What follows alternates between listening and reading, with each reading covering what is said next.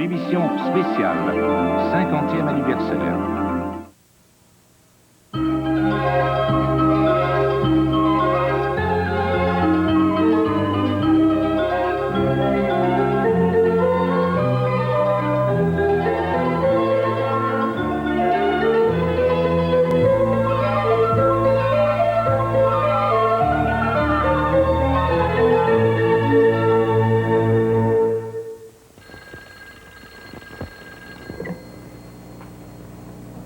Septième Nord. Maille, je ne vous comprends plus, monsieur le maire. Une autre des belles histoires des pays d'en haut. Ah, ça boy! Il y a des marins à Sydney. Ils vont donner leur âme à Dieu. Vacances. Tonnerre, racontez-moi ça. Sacrées affaires, sacrées affaires. Maudit enfer. Beau chien! Beau chien! Beau chien! Ça, Ruben, c'est ce qui se passe.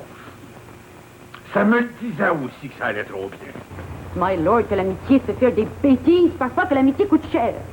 Boulot noir, je peux pas dire non, je sais pas dire non. We must your wish. C'est du gros. Qu'est-ce que vous voyez là, Jean-Gwen? Viens, un chien qui est belle. Tabarouette, on se dit bien pareil. À la grâce de Dieu. Mon Dieu. Gédéon Plouffe, Alexis Labranche, Jacob Salvaille, Flagos Berrichon, puis tous les autres. Les centaines d'autres personnages, là, au langage truculent qui ont défilé sur notre petit écran. Oui, à les regarder comme ça, on a l'impression de les connaître personnellement, comme s'il s'agissait des membres de la famille ou de la parenté. Vous trouvez pas? Bien sûr. Faut dire que soir après soir, la famille recevait tout ce beau monde dans son salon. Par la radio d'abord, ensuite par la télévision pour suivre leur histoire, partager leur destin. Faut pas que Joseph Arthur pense à mal. Mais savez-vous que dans ce lot de personnages, il y avait des garçons qui manquaient pas de prestance? Comme le beau capitaine Aubert de Capot-Sourcier, Guillaume Plouffe et le grand dieu des routes, le survenant.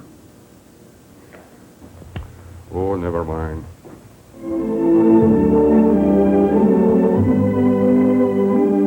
C'est pas buvable. Vous l'aimez pas, mon beau-frère? Combien de fois il faut que je te dise que j'aime du thé fort? Assez fort pour tenir la hache. J'en ai mis une bonne poignée. Je trouve bien de mon goût, hein. Qu'est-ce que tu connais dans le thé, toi? C'est pour dire que...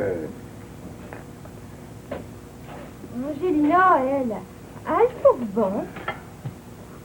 Hein, t'es faible, une vraie petite créature. J'ai du thé pour un homme que je veux dorénavant. Tu m'entends, Fontaine? Oui, mon beau-père. Angelina. Il faudrait de la graine d'oiseau qu'elle trouverait que ça a bon goût. Tu pleures, Angelina. Non, survenant, je pleure pas. Regarde-moi dans les yeux. Mais oui, tu pleures. Je veux pas que tu pleures à cause de moi. J'en vaux pas la peine. Faut créer un climat et faut que nos personnages vivent en nous avant de les coucher sur le papier.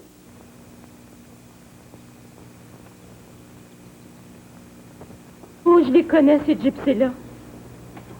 Quand ils viennent camper au Chenal du Moine, ils sont toujours étendus dans le foin, deux par deux, puis proche à proche. S'ils s'aiment, J'ai jamais compris que l'amour, il y en a pour qui ça soit rien que ça. faut jamais mépriser ce qu'on comprend pas, Angelina. Peut-être qu'avec tout le reste, rien que ça, il y en a qui peuvent pas l'avoir. Parce qu'il fallait qu'il arrive dans un milieu tel que le milieu du Chenal du Moine, chez des gens sécuritaires qui se suffisent et qui pensent qu'ils sont la fin du monde.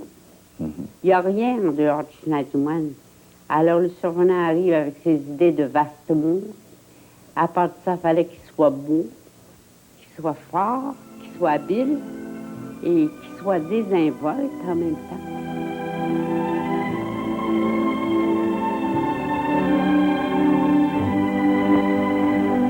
Je peux pas croire qu'il est parti pour de vrai.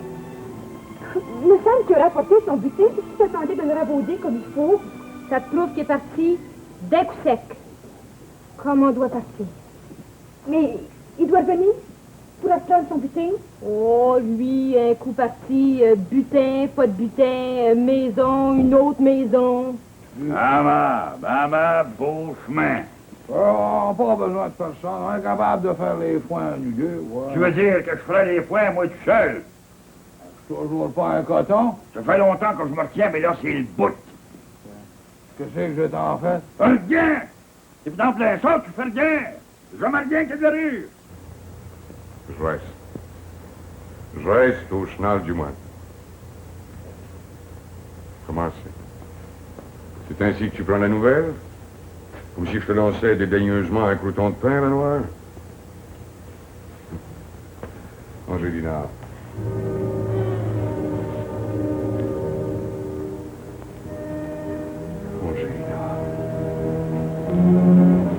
Angélina est morte. Pourquoi mademoiselle Angélina est allée chercher le docteur Lepage avec ce qu'il m'en avait dit tout chenal du moine? Mademoiselle Angélina est morte.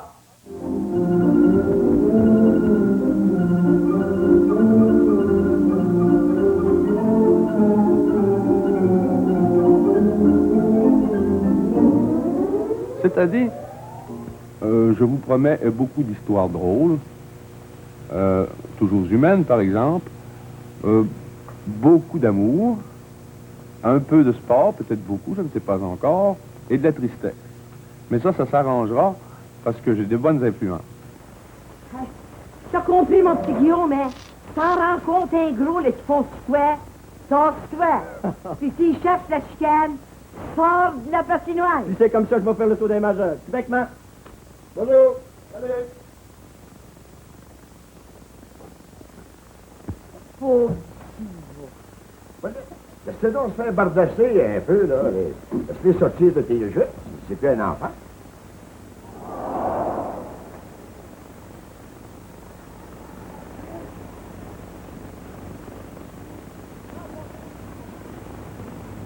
Guillaume, il n'est pas le temps d'aller coucher. Ah, ben, c'est vrai. Un athlète comme vous, un beau garçon comme vous.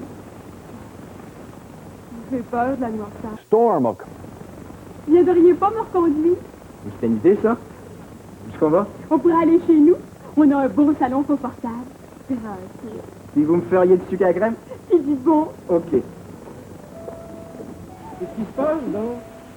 Un drame ou un mélodrame? Il se passe qu'il est 10 heures, puis Guillaume n'est pas encore arrivé, puis c'est grave en Angèle. Arrête donc de m'énerver, pas de Guillaume. N'en faites donc pas, maman. C'est ridicule, ça se faire une montagne d'angoisse parce qu'un grand garçon de 21 ans qui est bâti comme un Tarzan n'est pas arrivé à la maison à 10 heures du soir. Voulez-vous goûter à quelque chose de meilleur que le chocolat? Ah, du fudge?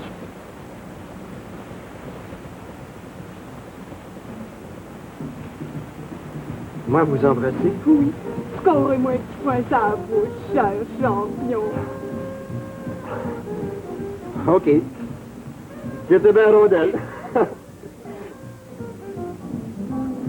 Oh, Guillaume, vous êtes un joueur de hockey complet. C'est que bien fidélité. Peut-être qu'il a pensé d'arrêter à l'église pour leur saint. Il est catholique, cet enfant-là. OK, qu'est-ce que ça fait là, toi? Mon Dieu, mais t'as la face pleine de sang. T'es blessé?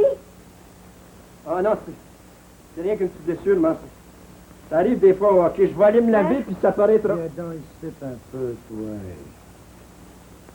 T'appelles ça du sang. Très hypocrite. C'est du rouge à lèvres. Puis du rouge à lèvres de ta femme. Hein?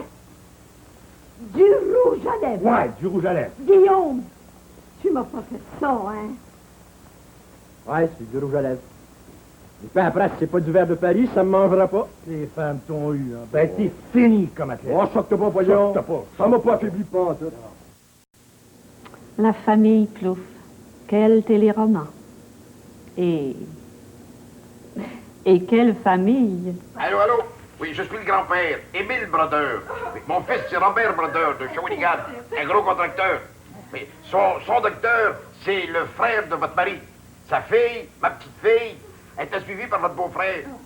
Comme nous avons peu de moyens comparés aux États-Unis, d'argent, peu de moyens de sortir de la cuisine ou de la chambre à coucher, nous devons pallier précisément par un bon dialogue, par de l'imagination. C'est beaucoup plus difficile. Gérard, ton père, il tourne les fous.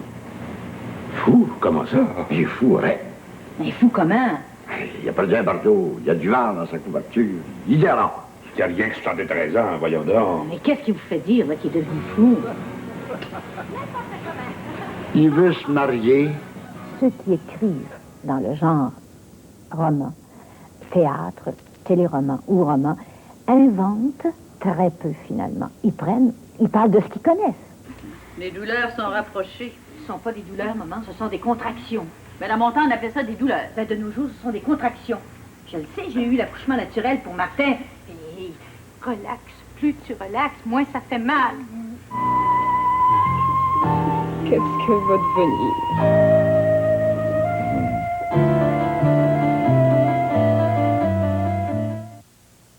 L'histoire dans un téléroman, c'est souvent une histoire de famille. Les relations et les conflits entre le père, la mère, les frères, les sœurs, tissent la trame de fond de bon nombre de feuilletons. Et les drames peuvent éclater partout, même dans les meilleures familles. Je refuse de parler avec des bouchers, avec des crétins. Je refuse. On est devant un mur! Je veux plus vous voir. Tiens, allez-vous-en. Pas étonnant que je sois parti de chez nous. Vous avez toujours eu vos préférés. Il y a toujours eu de l'injustice pour moi ici chez nous. C'est pas vrai? Oh. C'est toi qui as eu une tête de pierre. Si je fais pas que de petites folies à mon âge, je me demande quand est-ce que je vais les faire. Des folies, je te le fais pas dire. T'es pas obligé d'en faire, des folies. Tu comprendras jamais ça. Je suis le 6e de la famille, puis toi t'es l'aîné. T'as toujours profité de ça. J'aurais pas fait le corps de ce que t'as fait, puis papy et maman m'auraient fait enfermer. C'est là-dessus qu'on s'est jamais entendu. Puis c'est là-dessus aussi qu'on s'entendra jamais. Pire d'affaires avec la famille, j'en ferai plus. Oui, c'est pas un garçon manqué, ma société au pied de l'enfant. Toi, t'as mon pied, quelque part, t'as compris? Moi? Moi, un garçon manqué? Ton pied quelque part? Essaie donc pour voir. Qu'est-ce que vous dites de ça, vous, mon mari? Ah, moi, je veux pas me chicaner avec mes beaux-frères. J'avais besoin d'un autre trip que celui de la famille pour une fin de semaine. Oui, parce que t'es mon fils. Puis vous vous êtes dit qu'un fils de ministre, ça aurait droit à quelques égards. Tu pourras au moins avoir la décence de me répondre. Je suis la victime des intrigues de mon père. Mais veux-tu bien... Moi! Je déteste. Vous haïs tous. Oh. Oh. C'est pas mon père, celui qui est là, hein? C'est pas mon père. Voyons, Paul, mais oui, c'est ton père. Ah, mais non, ça se peut pas. Ça se peut pas comme il me traite. Non, c'est pas mon père. Oh, petit garçon, tu me fais peur. Vous faites peur. Votre garçon score le plus vieux. Puis Joseph, Manuel, Tidou, puis Téguima, la Grand-Jaune, ils vous faisaient pas peur, eux autres. Mais où c'est qu'ils sont à cette heure? Cherchez-les dans la maison. Vous les trouvez pas nulle part. Il avait peur de la terre. Il avait peur du travail. Il avait peur de se salir les mains, mais vous faisaient pas peur. C'est bien ça, le père, hein? En tout cas, c'est pas Rosanna qui aurait eu peur de Séraphin Poudrier. Elle l'aurait mis à sa place, l'agent des terres. Mais il faut rendre à l'avare les mérites qui lui reviennent. Pensez donc. Les belles histoires des pays d'en haut ont été diffusées pendant plus de 14 ans. Et c'est pas fini.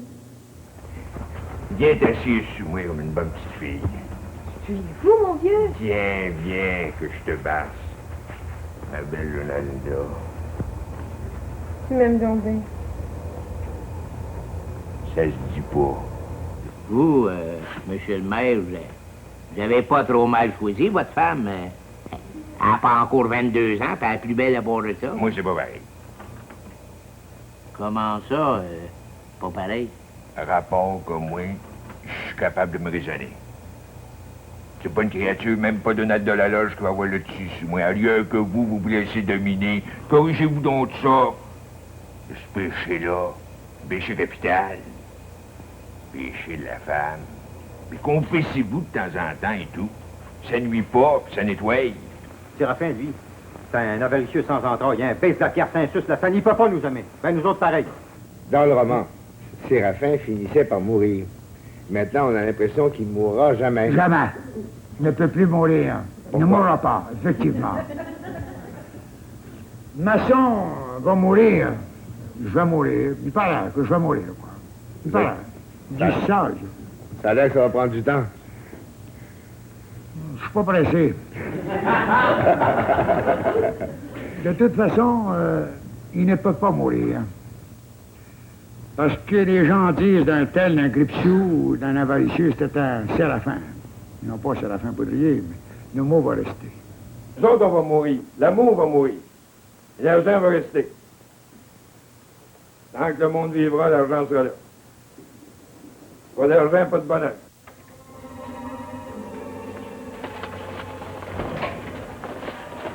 Mon or. Ça fait longtemps que je t'ai pas vu, mon or. Quand je barge de l'or, ça s'use pas. Ça vit éternellement. De l'or.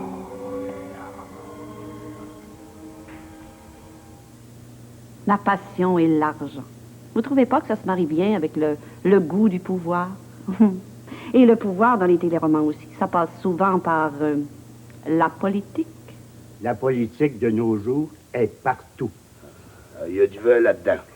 Ça fait que, mets-toi dans la peau de Siméon Desrosiers. Toi, t'as l'honneur de chanter le minuit chrétien, puis t'es rouge. Tu tombes malade, puis tu peux plus chanter. Siméon chante à ta place, puis il est bleu. Qu'est-ce que tu penses qu'il va dire après, hein? Les rouges vous ont mis dans le pétrin, puis les bleus vous ont sauvé. Vrai ou faux? Patin, t'as raison pour une fois. Fasse pas ça! M'en va les crapoutiers en plein jupé! Maudite politique qui pourrit tout. C'est rendu que les politiciens veulent être aussi honnêtes qu'un prêtre. Ben ça, c'est décourageant. Mais le parti a l'œil sur toi. Puis moi? On t'étudie. Mélange pas l'amour avec la politique. Sans compter, un gars comme toi, tu pourrais devenir député. Moi? Député? Député? L'honorable Jimmy. Ça vous coûtera pas cher, le taxe. Vite, caribou. L'ami du peuple, l'ami des colons, l'ami des pauvres, l'ami des malheureux. Pete Caribou, notre candidat, votre candidat, un homme respectable, un homme distingué. Si vous votez contre Pete Caribou, votez contre moi. Ouais, pour vous, monsieur le maire. Quand il est hier, quand il est aujourd'hui, collez bien. Ben, allez, vite. Unissons-nous! Cessons nos luttes platicides! À bas les vieux partis, hurrah pour la vérité! Il faut arroser ça, hein? Après tout, moi, c'est le seul jour de gloire que je vais avoir dans ma vie, hein? De toute façon, je peux pas t'en marier. On dirait que mes amours avec Maurice m'ont calmé. Oui. Mais tout de même, Janine, tu as 22 ans. Il faut te méfier de tes sens. Prends garde. Soyez tranquille. Depuis un an, bien que je sois beaucoup sortie, j'ai toujours gardé mon sang-froid. Je me suis jamais sentie en danger comme avec Maurice. Des fois, je me demande pourquoi avec lui j'étais si faible. Janine, qu'est-ce que tu dis? Oui, avec Maurice, je perdais toute volonté. J'ai été chanceuse de m'en tirer à si bon compte. Et de cette matière-là, vraie, vivante, pleine de sang, de chair, ben là, ça t'inspire. Là, tu te dis, faut vraiment, là, c'est un sujet dramatique d'abord, essentiellement dramatique, qui va toucher tout le monde.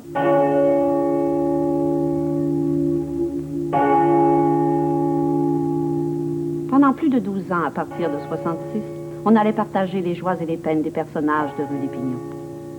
Moi, je me souviens de la femme de Manieux-sur-Roi, vu que je l'ai connue intimement. Reconnaissez-vous, Fifine?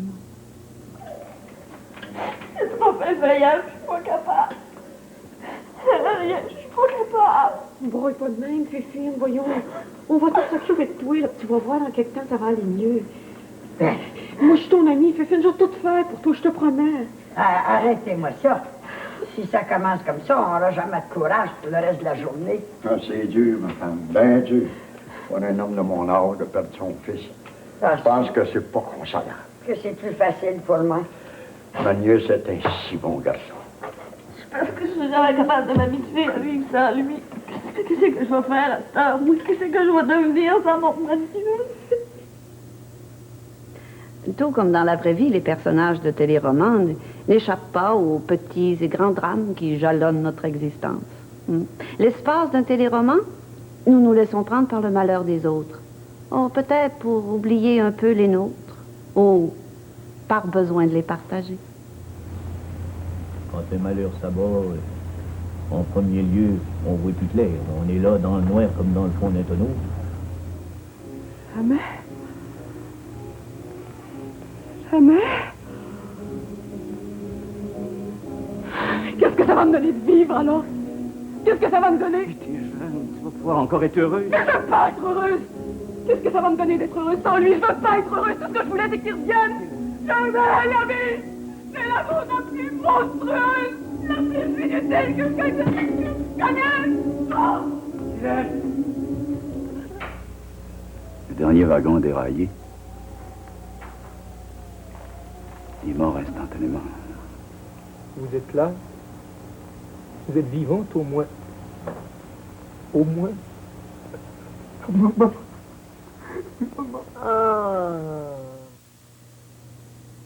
Sentez-vous aussi les larmes vous monter aux yeux?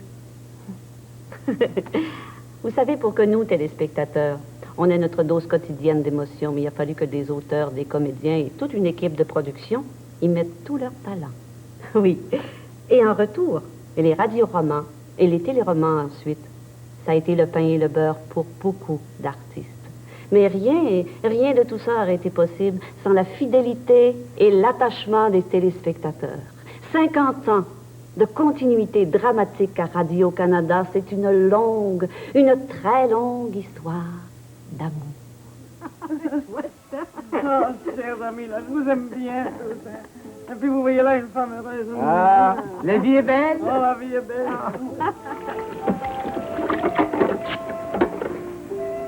Oh, oh, vie. Oh, je suis tellement heureux. Vous êtes la femme la plus chaleureuse et la plus désespérante que je connaisse. C'est peut-être pour ça que vous m'obsédez. L'important, c'est que moi aussi, je t'aime. Je t'aime, puis j'ai pas l'intention de te perdre. Tiens-le toi pour dit. Oh, je t'aime, je t'aime, je t'aime.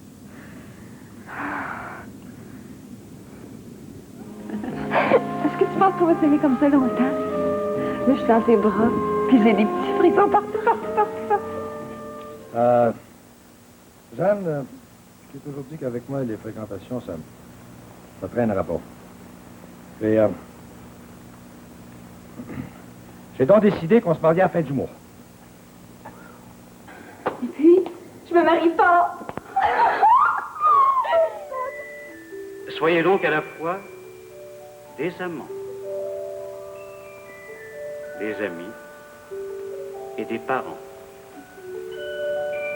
Et pour longtemps, avec la bénédiction du Tout-Puissant.